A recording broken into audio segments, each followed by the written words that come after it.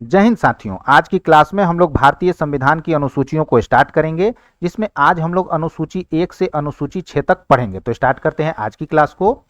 हमारे मूल संविधान में 8 अनुसूचियां थीं। वर्तमान में हमारे संविधान में 12 अनुसूचियां हैं। अनुसूची 1 में क्या है, तो राज्य तथा केंद्र शासित प्रदेश की सूची, यानी स्टेट और यूनियन टेरिटोरी का लिस्ट दिया हुआ है अनुसूची 1 में। साथ ही साथ सारे स्टेट और यूनियन टेरिटोरी का क्षेत्रीय विस्तार के बारे में भी अनुसूची 1 में दिया हुआ है। वर्तमान में हमारे देश में 28 राज्य हैं और 8 केंद्र शासित प्रदेश हैं। अनुसूची 2 में देखेंगे क्या है, तो इसमें वेतन और भत्ते की चर्चा है। किस किस का वेतन और भत्ता, तो राष्ट्रपति, राज्यपाल, लोकसभा के स्पीकर और डिप्टी स्पीकर, राज्यसभा के सभापति और उपसभापति। एक बात यहां पे समझेंगे, राज्य सभा का सभापति कौन होता है, तो उपराष्ट्रपति। राज्यसभा के पदेन सभापति होते हैं, ठीक है। उपराष्ट्रपति को जो सैलरी मिलता है वो किस चीज का मिलता है, तो ये राज्यसभा के सभापति का ही सैलरी इनको मिलता है, ठीक है। विधानसभा के स्पीकर और डिप्टी स्पीकर, विधान परिषद के सभापति और उपसभापति, सीएजी यानी कंट्रोलर एंड ऑडिटर जनरल, सर्वोच्च न्यायालय और उच्च न्यायालय के जज यानी सुप्रीम कोर्ट और हाई कोर्ट के जज।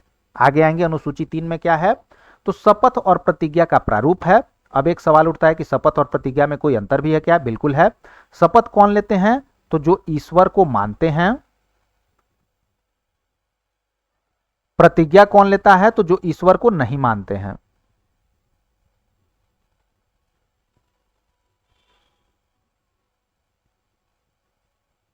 ठीक है।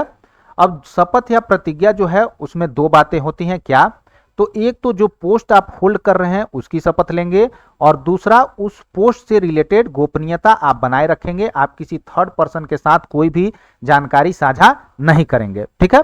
अब सवाल ये उठता है तो कि किस किस के शपथ और प्रतिज्ञा की चर्चा है, तो केंद्रीय मंत्रियों की, राज्य के मंत्रियों की, संसद के सदस्यों की, राज्य विधानमंडल के सदस्यों की, सुप्रीम कोर्ट और हाई कोर्ट के जजों की, और कंट्रोलर एंड ऑडिटर जनरल की। आगे आएंगे अनुसूची 4 में क्या है, तो अनुसूची 4 में राज्यसभा में सीटों के आवंटन के बारे में दिया हुआ है। अब एक सवाल उठता है कि राज्यसभा में किस किस स्टेट और किस किस यूनियन टेरिटोरी से सदस्य जाते हैं, तो राज्यसभा में टोटल जो 28 स्टेट है सभी से मेंबर जाते हैं, लेकिन यूनियन टेरिटोरी की बात करें तो सिर्फ 3 यूनियन टेरिटोरी से सदस्य जाते हैं। कौन कौन सा, तो दिल्ली से 3, पौंडीचेरी से 1 सदस्य और जम्मू एंड कश्मीर से 4 सदस्य, ठीक है। राज्यसभा में सीटों का आवंटन राज्य की जनसंख्या के आधार पर किया जाएगा, ठीक है। यानी मान लीजिए आपका स्टेट का पॉपुलेशन ज्यादा है तो राज्यसभा में सीट जो है वो क्या होगा, ज्यादा होगा, और स्टेट का पॉपुलेशन कम है तो राज्यसभा के सीट का काउंट क्या होगा, कम होगा। आगे आएंगे अनुसूची 5 में, तो इसमें अनुसूचित क्षेत्र के प्रशासन के बारे में दिया हुआ है, एक्सेप्ट 4 स्टेट। कौन कौन सा, तो त्रिपुरा, मिजोरम, मेघालय एंड असम, ठीक है। अब इससे रिलेटेड एक अनुच्छेद है, अनुच्छेद 244 का क्लॉज 1, इसको पढ़ेंगे। राष्ट्रपति किसी भी क्षेत्र को अनुसूची 5 के तहत अनुसूचित क्षेत्र घोषित कर सकते हैं गवर्नर की सलाह पर, राज्यपाल की सलाह पर, ठीक है। अब इसको जरा समझेंगे। मान लीजिए कि आंध्र प्रदेश है स्टेट, इसके किसी क्षेत्र को क्या करना है, अनुसूचित क्षेत्र घोषित करना है, तो राष्ट्रपति क्या करेंगे, आंध्र प्रदेश के गवर्नर से सलाह करेंगे, और सलाह लेने के बाद जो है इस क्षेत्र को अनुसूचित क्षेत्र घोषित करेंगे। अनुसूची 5 के तहत अनुसूचित जनजाति के आर्थिक हितों की रक्षा की जाती है। अनुसूची 5 के तहत 10 राज्य के क्षेत्रों को अनुसूचित क्षेत्र घोषित किया गया है। कौन कौन सा? तो आंध्र प्रदेश, तेलंगाना, राजस्थान, गुजरात, ओडिशा, हिमाचल प्रदेश, मध्य प्रदेश, छत्तीसगढ़, झारखंड और महाराष्ट्र। इन 10 राज्य के क्षेत्रों को अनुसूचित क्षेत्र घोषित किया गया है अनुसूची 5 के तहत। आगे आएंगे तो अनुसूचित क्षेत्र घोषित करने का शर्त क्या क्या है, यानी कंडीशन क्या क्या है। तो पहला तो कि जनजातीय आबादी का प्रभुत्व यानी डोमिनेंट पॉपुलेशन जो है वो क्या होना चाहिए? ट्राइबल होना चाहिए। अन्य क्षेत्र की अपेक्षा आर्थिक पिछड़ापन होना चाहिए उस एरिया में, और क्षेत्र की सघनता और उचित आकार, ये कंडीशन आपका सेटिस्फाई होगा तभी किसी क्षेत्र को अनुसूचित क्षेत्र घोषित कर सकते हैं। अब मान लीजिए कोई क्षेत्र अनुसूचित क्षेत्र घोषित हो गया तो उसका फायदा क्या है?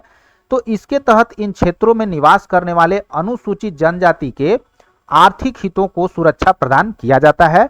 पैसे के लेन देन खुद तय करेंगे। ठीक है, आगे आएंगे। इन क्षेत्रों में संसद या विधानमंडल का कौन सा कानून लागू होगा, नहीं होगा, किस बदलाव के साथ लागू होगा, यह राज्यपाल तय करेंगे। ठीक है, मान लीजिए कि आंध्र प्रदेश का कोई अनुसूचित क्षेत्र है, यहां पे संसद या विधानमंडल का कौन सा कानून लागू होगा, नहीं लागू होगा, किस बदलाव के साथ लागू होगा, ये कौन तय करेंगे? तो ये आंध्र प्रदेश के गवर्नर डिसाइड करेंगे। इन क्षेत्रों के शांति और विकास के लिए राज्यपाल नियम बना सकते हैं।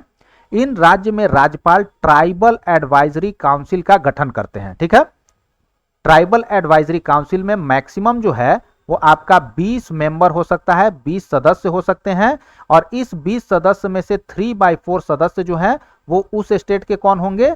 तो आदिवासी होंगे। ठीक है, ट्राइबल एडवाइजरी काउंसिल की क्षमता और कार्य राज्यपाल तय करते हैं, यानी ट्राइबल एडवाइजरी काउंसिल का स्ट्रेंथ और फंक्शन कौन डिसाइड करेगा? तो कंसर्न्ड स्टेट के गवर्नर डिसाइड करेंगे। आते हैं कहां?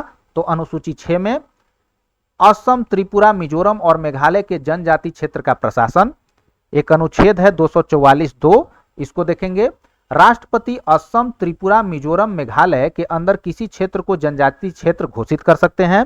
जनजाति क्षेत्र में रहने वाले अनुसूचित जनजातियों के सांस्कृतिक और आर्थिक हितों की सुरक्षा किया जाता है। इसके तहत 4 राज्यों में 10 स्वायत्त जिला परिषद यानी ऑटोनोमस डिस्ट्रिक्ट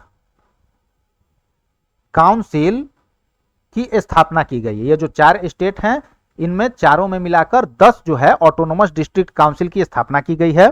देखेंगे असम में आपका 3 ऑटोनोमस डिस्ट्रिक्ट काउंसिल है। कौन कौन सा? तो दीमा हसाओ, कार्बी आंगलोंग, बोडोलैंड। मिजोरम में भी 3 है, चकमा, लाई, मारा।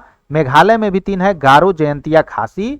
और त्रिपुरा में 1 है सिर्फ त्रिपुरा। ठीक है, और ये सब क्या है? तो ये सब आपका ऑटोनोमस डिस्ट्रिक्ट काउंसिल है। आगे चलेंगे। स्वायत्त जिला परिषद का संगठन यानी जो ऑटोनोमस डिस्ट्रिक्ट काउंसिल है उसका कंपोजिशन क्या होगा, इसको देखेंगे। तो इसमें जो है मैक्सिमम आपके कितने सदस्य हो सकते हैं? मैक्सिमम 30 सदस्य हो सकते हैं।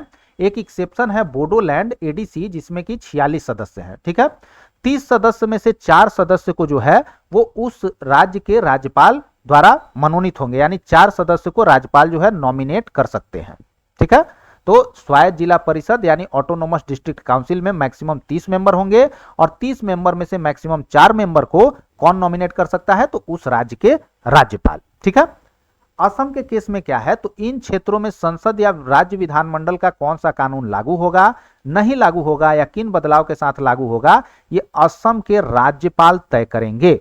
लेकिन त्रिपुरा, मिजोरम और मेघालय के केस में क्या है कि संसद का कौन सा कानून लागू होगा, नहीं लागू होगा, या किस बदलाव के साथ लागू होगा, ये राष्ट्रपति तय करेंगे। और राज्य विधानमंडल का कौन सा कानून लागू होगा, नहीं होगा, या किस बदलाव के साथ लागू होगा, ये कौन तय करेगा? राज्यपाल तय करेंगे।